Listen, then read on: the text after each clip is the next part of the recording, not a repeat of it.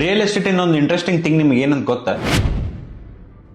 ಕೆಲವೊಂದ್ಸಲ ಒಬ್ಬೊಬ್ಬ ಕ್ಲೈಂಟ್ ನಮ್ಮ ಆಫೀಸಿಗೆ ವಿಸಿಟ್ ಮಾಡ್ತಾರೆ, ಎಂಕ್ವೈರಿ ಮಾಡ್ತಾರೆ. ಅವ್ರಿಗೆ ನಮ್ಮ sales executive A to Z ಎಲ್ಲಾನು ಎಕ್ಸ್ಪ್ಲನೇಷನ್ ಕೊಡ್ತಾರೆ. ಇನ್ವೆಸ್ಟ್ಮೆಂಟ್ ಯಾಕೆ ಮಾಡಬೇಕು, ಎಲ್ಲಿ ಮಾಡಬೇಕು, ನಿಮ್ಮ ಫ್ಯೂಚರ್ ಗ್ರೋತ್ ಏನಿರ್ತೈತಿ, ನಿಮ್ಮ ROI ಏನಾಕೈತೆ ಅಂತಂದೇಳಿ ಎಲ್ಲ ಎಕ್ಸ್ಪ್ಲನೇಷನ್ ಕೇಳಿದ್ಮೇಲೆ ಕ್ಲೈಂಟ್ ಎಕ್ಸೈಟೆಡ್ ಆಗಿ ಫ್ಯೂಚರ್ ಗ್ರೋತ್ ಅರ್ಥ ಮಾಡ್ಕೊಂಡು ಒಂದು ಪ್ಲಾಟ್ ಬುಕ್ ಮಾಡೋರು 2 ಪ್ಲಾಟ್ ಬುಕ್ ಮಾಡ್ಬೇಕು ಅನ್ಕೊಂತಾರೆ.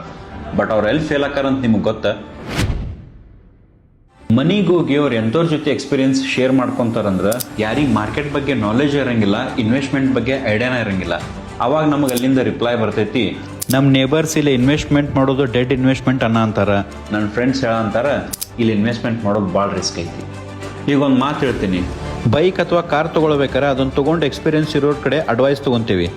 ಅದ ಮಾತು ಲಕ್ಷಾಂತರ ರೂಪಾಯಿ ದುಡ್ಡು ಹಾಕಿ ಒಂದು ಲ್ಯಾಂಡ್ ಪರ್ಚೇಸ್ ಮಾಡ್ಬೇಕಾದ್ರೆ ಯಾರಿಗೆ ಆ ಮಾರ್ಕೆಟ್ ಬಗ್ಗೆ ನಾಲೆಜ್ ಇರಂಗಿಲ್ಲ ಅವ್ರ ಮಾತು ಕೇಳಿ ಒಂದು ಚಲೋ ಅಪಾರ್ಚುನಿಟಿ ಮಿಸ್ ಮಾಡ್ಕೊಂತೀವಿ.